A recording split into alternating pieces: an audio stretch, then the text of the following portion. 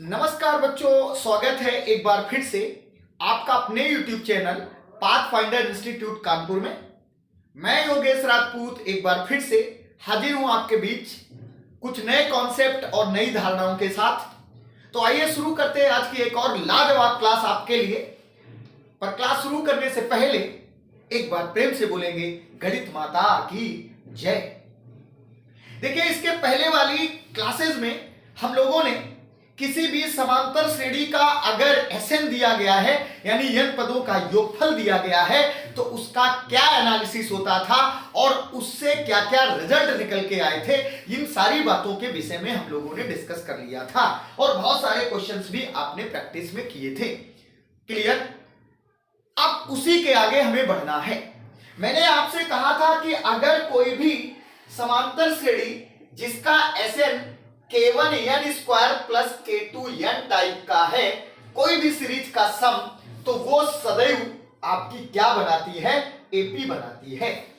हमने आपसे क्या कहा था कि अगर कोई सीरीज का सम k1 n square plus k2 n type का होगा यानी द्विघाती होगी जिसमें आपके पास कांस्टेंट नहीं लगा है, तो वो सदैव क्या बनाता है? एक एपी बनाता है। अब बहुत सारे बच्चे पूछ देते हैं कि सर अगर कांस्टेंट लगता है तो सीरीज एपी क्यों नहीं होती है? क्लियर? आज इस बात की चर्चा करनी है और प्रैक्टिकली देखना है कि वाकई में क्या ऐसा होता है। चलिए देखते। बिल्कुल होता है। तो मैंने कहा भैया, आपसे मैंने कहा कि अगर कोई सीरीज का सम्स मान लेते हैं, यहां पे लिख दिया एनालिसिस ऑफ, पहले आप हेडिंग मान लो, हेडिंग डाल लेंगे, analysis of ASN term which is quadratic, जो कि कैसा है? quadratic containing a constant। Clear? यानी आपके पास एक ऐसा ASN लिया जाता है, किसी सीरीज के एसएन पद को ऐसे दिखाया जाता है जो कि द्विघाती है और एक कांस्टेंट को कंटेन करता है। तो मैंने आपसे कहा कि लेट एक एग्जांपल लेते फिर पूरी बात समझते हैं, क्योंकि आपने कहा था कि अगर वो कांस्टेंट कंटेन करेगा तो वो कभी भी एपी नहीं बनाएगा और इस बात को मैं प्रूव करना चाहता हूं। क्लियर? यहां पे लिखना चाहो तो लिख देंगे इट डज नॉट फॉर्म्स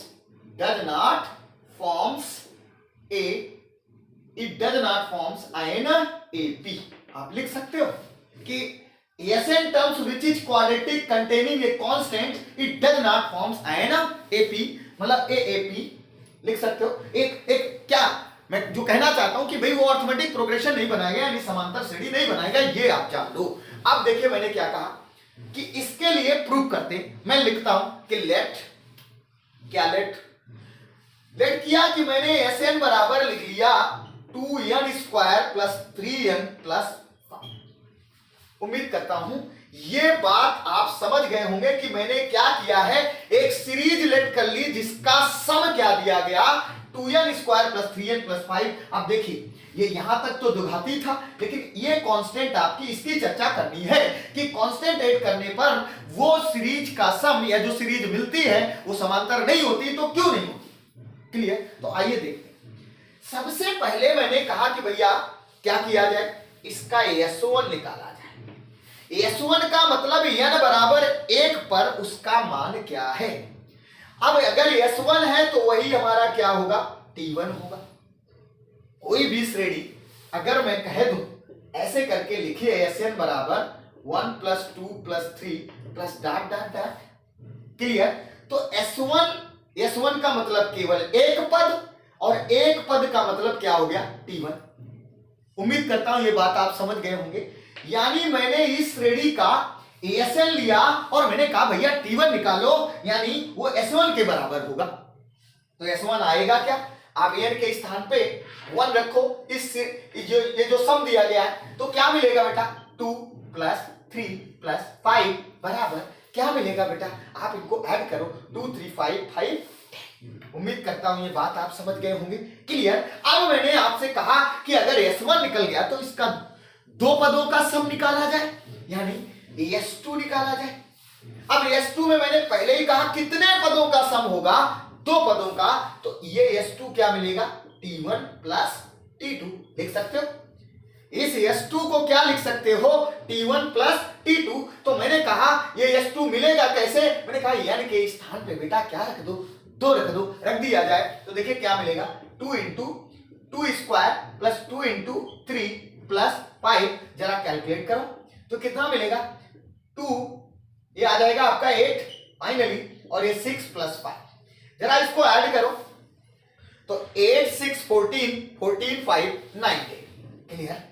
मैंने क्या किया, S2 निकाला, और S2 होता है 2 पदों का योग, इसलिए यहां पे मैंने साफ साफ लिखा है क्या, T1 प्लस T2। तो जहां जहां n था उसके स्थान पे मैंने क्या रख दिया, इस वाले सम में n बराबर 2, और इसे कैलकुलेट किया तो फाइनली आपके पास देखिए क्या मिल रहा है, बोलो 19 मिल रहा है, यहां पे 3 और इंटू 2 सही है, प्लस 5। क्लियर कर लिया।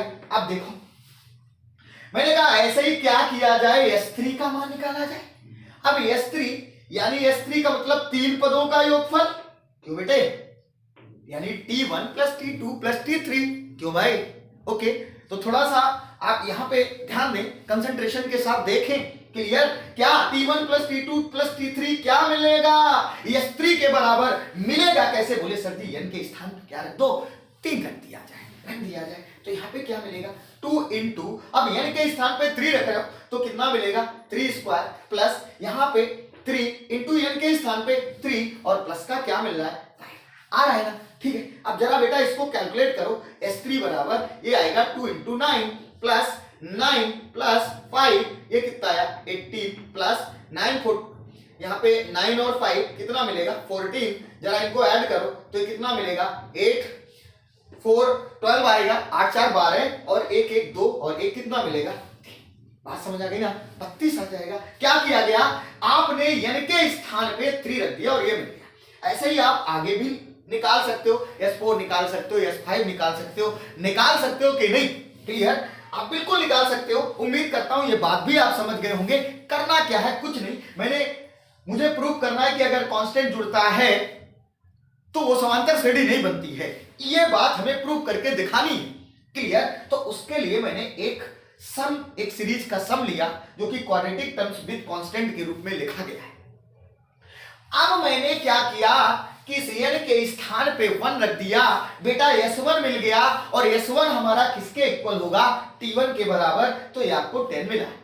फिर मैंने कहा n के स्थान पे 2 रखो तो 2 पदों का योगफल आपको 19 मिल गया, उसे T1 प्लस T2 लिख दिया। सिमिलरली आपने S3 निकाला और इसे T1 plus T2 plus T3 कर दिया। S3 निकला कैसे, बोले n के स्थान पे यहाँ पे क्या रख दिया जाए, 3 रख दिया जाए। उम्मीद करता हूं ये बात आप समझ गए होंगे। अगर मैं चाहूं इसके आगे भी निकाल सकता हूं, लेकिन जरूरत नहीं। अब देखिए क्या करूंगा, मैं इसको मिटा दूं बेटा। क्लियर। फाइनली आपके पास क्या मिला है, ये आपको ध्यान रखना है।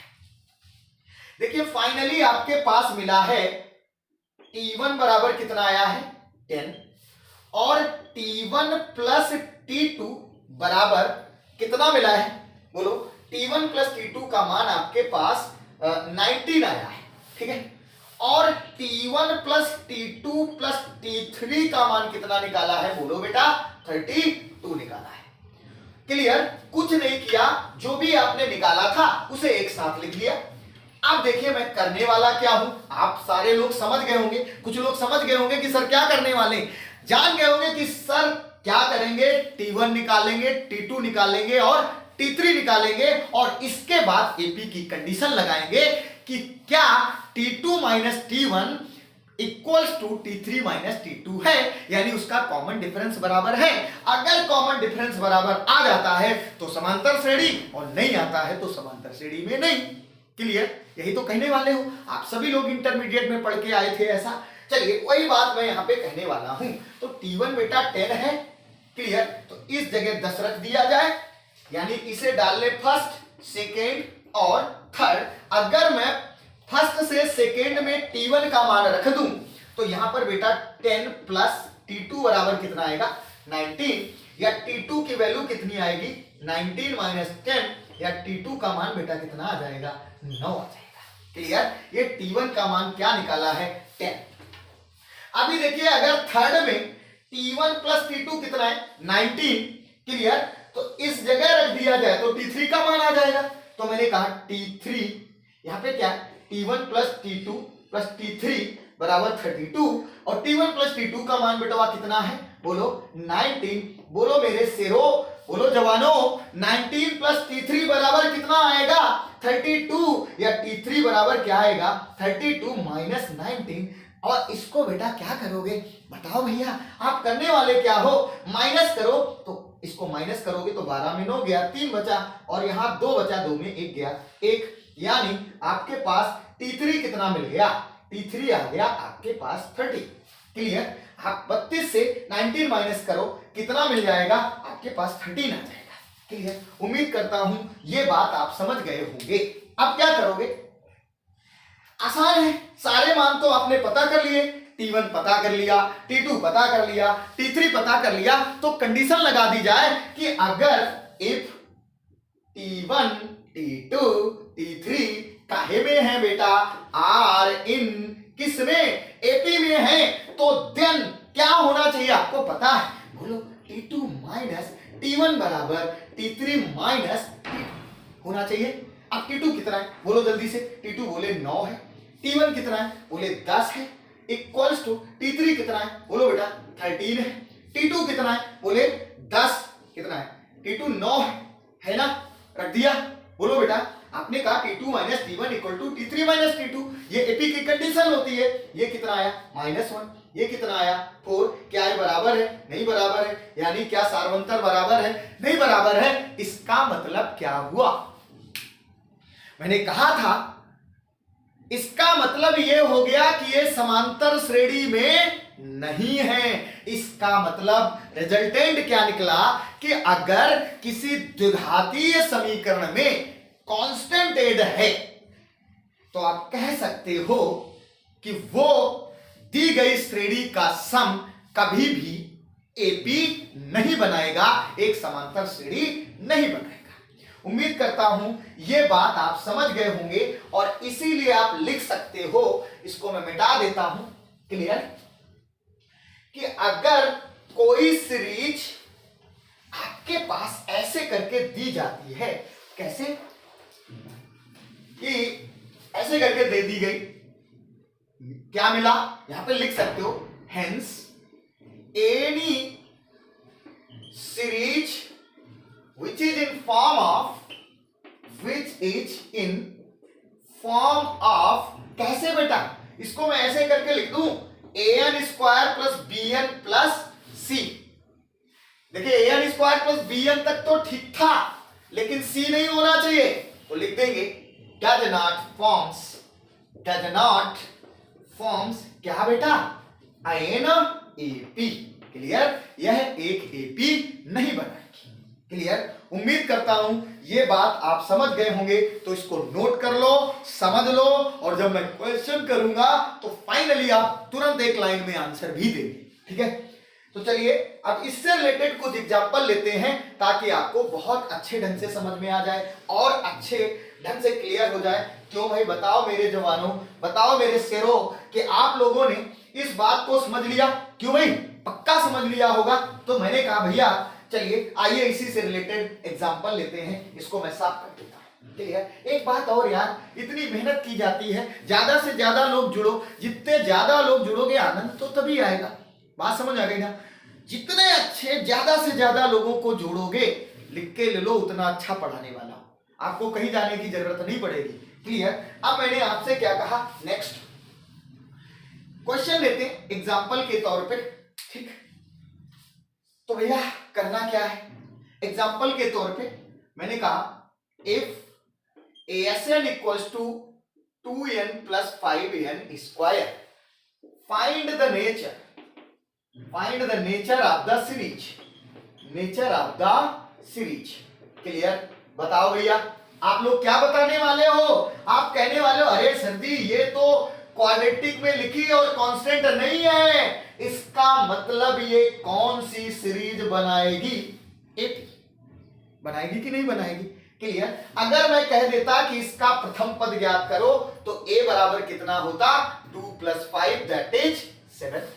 अगर मैं कह देता इसका डी निकालो तो आप क्या कहते, क्या आता भाई, एन स्क्वायर के गुणांक का 2 गुना यानी 2 into 5 दैट इज, समझ गया ना? ठीक है, उम्मीद करता हूं बात को समझ पाए होंगे।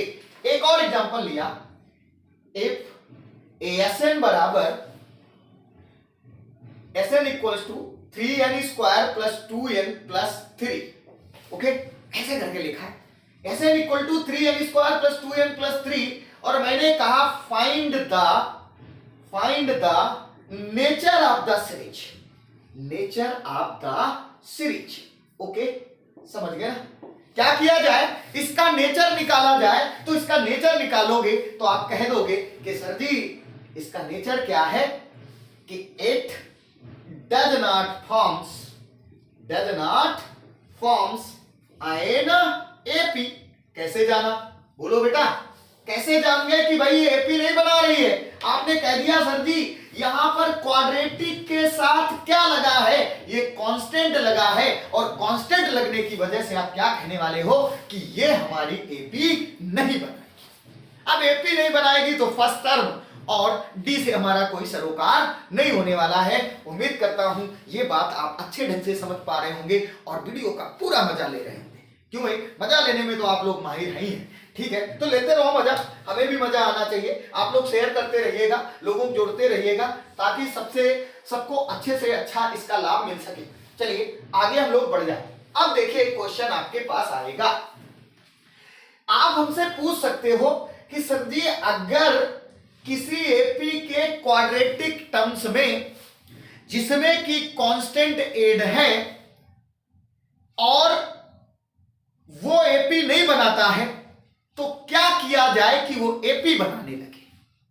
एक बार पुनः सुनो, मैंने कहा कि एक ऐसा एएसएन जो क्वाड्रेटिक है, जो द्विघाती है और उसमें कांस्टेंट जुड़ा है, वो एक एपी नहीं बना रहा है, तो ऐसे सम को एपी बनाने के लिए हमें करना क्या चाहिए? क्लियर? ये एक इंपॉर्टेंट बात निकल के आती है, बिल्कुल आनी चाहिए। तो देखिए उसके लिए क्या होगा, तो यहां पे आप फिर से एक पॉइंट लिख लेंगे, condition for making AP to condition for making an AP of the given सम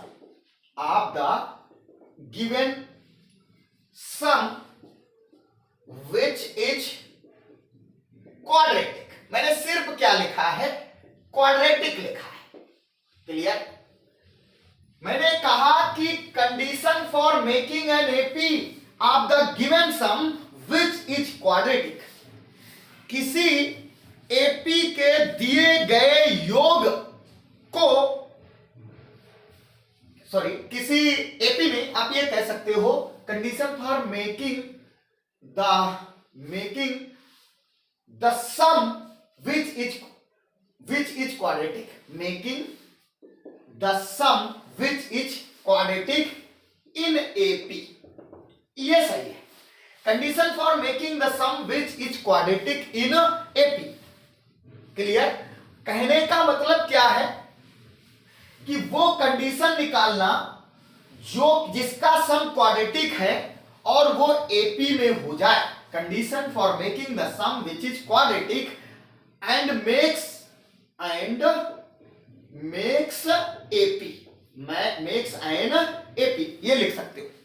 कुल मिला के समझना है। देखिए क्या करना है, मैंने कहा भैया क्या मतलब है इसका, ये देखना है।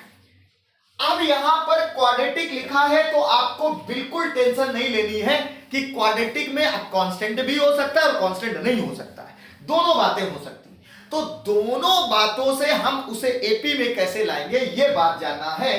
तो इसके लिए बेटा आपको करना क्या है, आप उस जो भी एसएन दिया गया है उस एसएन से, मैंने कहा find TN of the given SN, मैंने क्या कहा, जो आपके पास एसएन दिया गया है उससे टीएन निकालना है और उसके लिए आपको करना क्या पड़ेगा, आप एक फार्मूला लिखेंगे कि Tn बराबर हो जाएगा ASN माइनस SN माइनस 1। ये फार्मूला आपने पढ़ा था। क्यों आया, मैंने कहा कि अगर कोई टर्म्स जिस सीरीज का द्विघाती है, क्वाड्रेटिक है, अब उसमें कांस्टेंट हो या ना हो कोई फर्क नहीं पड़ता है, अगर उसको एपी बनाना है तो एपी बनाने के लिए आप क्या करोगे, उसका टीएन टर्म्स निकालोगे और टीएन निकालने का तरीका क्या होगा, एसएन माइनस 1। और अगर ऐसा आपने कर दिया तो अब जो सीरीज आने वाली है तो ये हमेशा क्या बनाएगी, एक एपी बनाएगी। तो यहां पे लिख देंगे इट फॉर्म्स एन एपी। ये सदैव किस में बनाएगी, एक एपी में चेंज हो जाएगी, ये आपको ध्यान रखना है। तो आइए इससे रिलेटेड एग्जांपल करते हैं, ठीक है। अब देखते हैं, आपको वही वाली सीरीज लेते हैं और देखते हैं कि कांस्टेंट लगाने के बाद, भाई अगर कांस्टेंट नहीं लगा तो आपको पता ही है कि वो सदैव क्या बनाएगी, एक एपी ही बनाएगी। उसके लिए आपको टीएन बराबर एसएन माइनस 1 लगाने की जरूरत नहीं है। क्लियर, जरूरत तो वहां पड़ेगी जब हमारे पास कांस्टेंट टर्म्स होगा और हमें उसे एपी में कन्वर्ट करना होगा।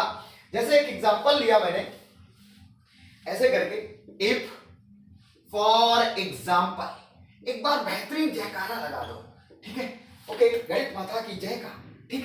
और एसएन बराबर क्या लिख देंगे, बोलेंगे सर जी इफ एसएन बराबर 2n square plus an plus 2, ये दिया गया। देखो क्वाड्रेटिक है लेकिन कांस्टेंट के साथ है। मैंने कहा इसको काहे में चेंज करना है, बोलो बेटा एपी में चेंज करना है, तो सबसे पहले मैंने कहा n-1 निकालो।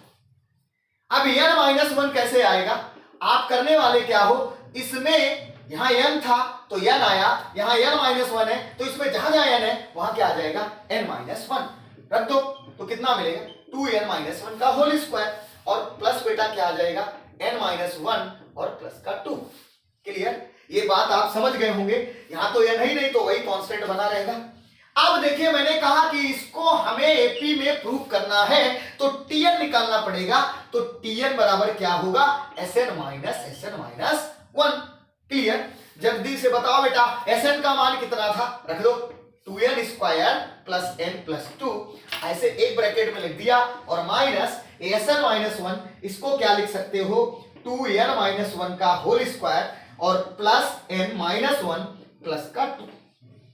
आइए इसको सिंपल करते हैं, और जब आप सिंपल करोगे तो देखोगे कि tn का मान कितना मिल रहा है। देखो बेटा 2n square plus n plus 2, जल्दी से बताओ, यहां पर आप मल्टीप्लाई कराओ कितना मिलेगा। देखो इसको मैं सिंपल कर रहा हूं, यहां पर आएगा 2n square a minus B का होल स्क्वायर, यार ओपन कर दो, बड़ी क्या है भाई, बहुत आसानी से आप कर सकते हो। तो इसको क्या मिलेगा, n square plus 1 minus 2n, और इधर बेटा 2 में 1 जाएगा तो 1 बचेगा तो प्लस n प्लस 1। उम्मीद करता हूं ये बात आप समझ गए होंगे। और इसको सिंपल करो, प्लस n प्लस 2, और मुस्कुराते रहो भाई, ठीक है। बताओ मेरे वीरों, मेरे देश के जवानों, आपको करना क्या है, इसमें माइनस ओपन करना है, जल्दी से कर दो भैया, क्या मिलने वाला है, क्या आएगा बताओ जल्दी से। आप करोगे 2n स्क्वायर प्लस का 2 और माइनस 4n प्लस n और प्लस 1। क्लियर, अभी और यार इसको सिंपल करो, 2n square plus n plus 2 minus 2n square. अब देखिए यहां माइनस का 4n और प्लस का n, मैंने कहा माइनस का 4n प्लस का n, तो माइनस का 3n बचेगा, ये वाला माइनस इसे क्या कर देगा, प्लस का 3n। इसके बाद देखिए ये 2 और 1 3 मिलेगा, ये वाला माइनस इसे क्या कर देगा, माइनस कर देगा। अब देखिए कटेगा क्या, 2n स्क्वायर। अब जो बचे उसे बचा दो, जो कटे उसे काट दो, जो आए उसे बता दो। मैंने कहा 3n और n कितना मिल गया, 4n, और 3 में 2 गया जो कि माइनस का मिलेगा, कितना मिलेगा, माइनस 1। फाइनली आप देख रहे हो tn बराबर कितना आ गया, 4n माइनस 1। अब आपको याद करना है पीछे वाला एनालिसिस, कि अगर किसी भी श्रेणी का टर्म ऐसे लीनियर आ जाता है, यानी कि घात 1 आ जाती, तो वो सदैव क्या बनाता है, एक एपी बनाता था कि नहीं बनाता था। आपने कहा सर जी ये तो वही आ गई बात कि tn बराबर 4n minus 1, that is n के पदों में लीनियर है, तो आप कह सकते हो क्या बना रहा है, बोलो एपी बना रहा है। अब बहुत सारे लोग सोच रहे हैं, मैं नहीं मानने वाला हूं कि भाई ये एपी बना रहा है, आप कैसे जान रहे हो कि एपी है? तो मैंने कहा भैया कुछ नहीं करो, आप क्या करो, इसका T1 निकाल सकते हो। बोलो T1 निकालोगे तो कितना मिलेगा, आप खुद ही जानते हो, 4 में 1 जाएगा यानी 3 मिलेगा, यानी कि इस स्थान पे 1 रख दिया। अब T2 जल्दी से निकाल के बता दो, T2 कितना आएगा, यानी कि इस स्थान पे 2 रख दिया, 8 में 1 गया, कितना मिल गया, 7। मैंने कहा भैया T3 निकाल दो, T3 कितना आएगा, बोलो, यानी कि इस स्थान पे 3 रख दिया, 4 3 12 में 1 गया, 11 मिल गया, मिलेगा कि नहीं? ठीक है, अब देखो, अब मैंने कहा भैया आप निकालने को और आगे तक निकाल सकते हो, लेकिन आप देख लो जरा, ठीक है। मैंने कहा कि T1 T2 T3 ऐसे आप निकाल सकते हो। रिलेशन क्या आ रहे हैं, बोलो, 3 7 11, आप देख पा रहे हो क्या? इसका अंतर T2 माइनस T1 कितना है, 4, T3 माइनस T2 अंतर कितना है, 4। तो जाहिर सी बात है, आगे की कहानी आप समझ गए होंगे कि कौन सी श्रेणी बन रही है। बोलो बेटा, आप कह सकते हो कि दिस फॉर्म एंड एपी, आप यहीं से इसको ओवर कर सकते थे कि लीनियर बन गया था, लेकिन अगर आप नहीं समझ पा रहे हो तो मैंने कहा भाई ऐसे करके देख लो कि क्या एपी बनती कि नहीं बनती। आप कह रहे हो कि एपी बन रही है, तो इसका मतलब क्या निकला, रिजल्टेंट क्या आया? आप ये कह सकते हो कि अगर किसी सीरीज का जो सम दिया गया है वो क्वाड्रेटिक है, जरूरी नहीं है कि वो सम हमारे पास कांस्टेंट ही कंटेन करे। बात क्लियर हो गई ना? मैंने क्या कहा, वो सम कांस्टेंट ही कंटेन करे, कुछ भी हो सकता है, क्वाड्रेटिक भी हो सकता है, विद कंटेनिंग कांस्टेंट भी हो सकता है। तो उसे हमें एपी में बनाना है, तो सबसे पहले उसका क्या निकालेंगे, Tn, और Tn निकलेगा कैसे, बोले Sn माइनस Sn माइनस 1। आप ऐसा करोगे तो जो भी आपके पास द्विघात समीकरण दिया गया था, क्लियर, वो हमेशा क्या बनाएगा, एक एपी बनाएगा। बात समझ आ गई ना? उम्मीद करता हूं कि ये बात आपको समझ में आ गई होगी। Clear, okay. तो मैंने कहा भैया अगर ये समझ में आ गया है तो आप कोई भी क्वेश्चन हो समझ सकते हो कि कब एपी बनाएगा और कब एपी नहीं बनाएगा। क्लियर, जैसे मैंने आपसे कह दिया कि Asn बराबर an स्क्वायर प्लस n, ये तो आपको पता है ही कि ये एपी बनाएगा। क्यों? क्योंकि मैंने कहा था कि ये द्विघाती है और यहां कोई कांस्टेंट ऐड नहीं है। इसके पहले वाली सीरीज में कांस्टेंट ऐड था तो उसे प्रूव किया। तो आप कह सकते हो कि क्या सर इसे भी उसी मेथड से कर सकते हैं? बिल्कुल कर सकते हो। इसका क्या निकालो, Tn। मैंने कहा Tn क्या आएगा, बोलो Sn माइनस Sn माइनस 1।